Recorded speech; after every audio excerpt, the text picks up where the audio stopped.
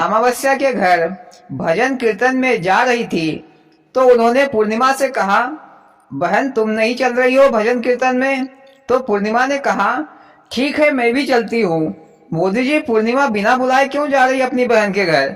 अरे बिना बुलाए तो हम भगवान के घर भी नहीं जाते। अरे भैया तुम गलत कह रहे हो। अरे बिना बुलाए भगवान के घर तो जाना ही पड़ता है। जब मौत आती है तो चुपचाप निकल लेता है आदमी, वहाँ निमंत्रण की जरूरत नहीं होती। 100 आने सच कहा भैया। पूर्णिमा इसलिए जाने के लिए तैयार हो गई क्योंकि उसकी बहन की गलती छुपाना चाहती थी कि कोई ये ना पूछे कि तुम्हारी सगी बहन होने के बाद भी उसको निमंत्रण नहीं दिया। फिर अमावस्या के घर भजन कीर्तन समाप्त हुआ और जब प्रसाद बांटा गया तो अमावस्या को उसकी बहन पूर्णिमा दिखी। तो अमावस्या ने कहा कि मैंने तुमको निमंत्रण नहीं दिया, पर तुम बिना बुलाए मुंह उठा के यहाँ चली आई हो। तेरे आने से मेरी कितनी बेइज्जती होगी, जरा कभी सोचा है? अपनी हैसियत देखकर किसी के घर भी जाना आना किया कर। जा चुपचाप अपने घर चली जा, तेरे को प्रसाद देने में भी मेरी तौहीन होगी। इधर बेचारी पूर्णिमा की आंखों में आंसू बहने लगे।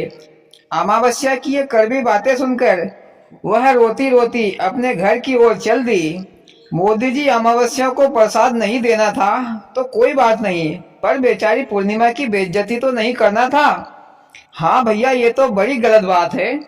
इधर पूर्णिमा अपने घर जा रही थी, अचानक उसके मन में विचार आया कि वह अपने बच्चों को प्रसाद क्या देगी, क्योंकि बच्चे तो प्रसाद मांगेंगे। फिर उसने विचार किया कि मैं अपने मायके चली जाती हूँ, वहीं से अपने बच्चों के लिए प्रसाद ले आऊंगी। फिर पूर्णिमा आधे रास्ते से ही अपने मायके की ओर चल पड़ी। चलते चलते पूर्णिमा को एक तुलसी माता का चबूतरा दिखाई दिया और बगल में ही एक बूढ़ी माता बैठी थी। ऐसा लग रहा था कि उस बूढ़ी माँ ने महीनों से नहाया धोया नहीं और तुलसी माता का चबूतरा भी काफी गंदा था और घास फूस से ढका हुआ था। फिर उस बूढ़ी माँ ने पूर्णिमा से कहा, बेटी कहाँ जा रही हो? जाते जाते कम से कम इस चबूतरे और मेरे को नहलाती और साफ सफाई करती जा। पूर्णिमा ने कहा, जी माता जी, मैं अपने मायके जा रही हूँ भैया भाभी से मिलने के लिए। फिर पूर्णिमा ने तुलसी माता का चबूतरा साफ किया, लिपाई पुताई की, फूलों से तुलसी माता की सेवा की और बूढ़ी माँ को भी अच्छे से नहलाया धुलाया, उसके कपड़े भी धोए। फिर पूर्णिमा बोली, माता जी अब मैं जाऊं? तो बूढ़ी माँ बोली, हाँ बेटी जाओ, पर आते समय मुझसे जरूर मिलते जाओ।